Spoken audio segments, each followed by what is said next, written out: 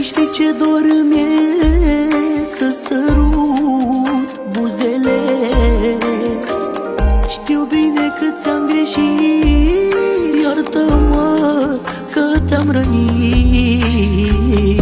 Azi vorbeam cu inima, la fel îmi spunea și ea.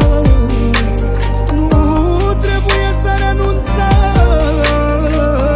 ar fi frumos să vă împăcați. Rămâi lângă mine cât vei trăi, iubește-mă la fel ca în prima zi.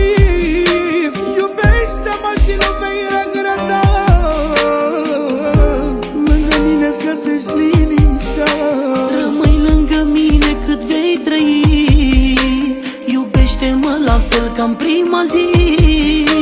Iubește-mă și nu vei regreta, lângă mine-ți găsești liniștea.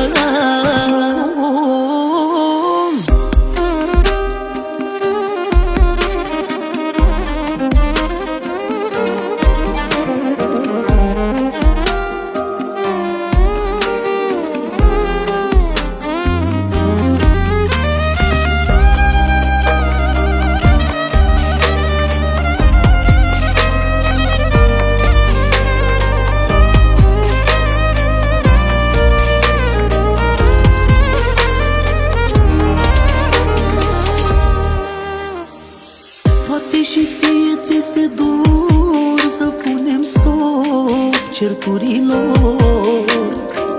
Atunci când ne ținem de mână, putem zbura chiar și pe lună. Unul de altul ne-am legat și nu putem sta separat. Atunci când ne ținem de mână, putem zbura chiar și pe lună. Rămâi lângă mine cât vei trăi, iubește-mă la fel ca în prima zi. Iubește-mă și nu vei regreta, lângă mine-ți găsești liniștea. Rămâi lângă mine cât vei trăi, iubește-mă la fel ca în prima zi. Iubește-mă și nu vei regreta, lângă mine-ți găsești liniștea.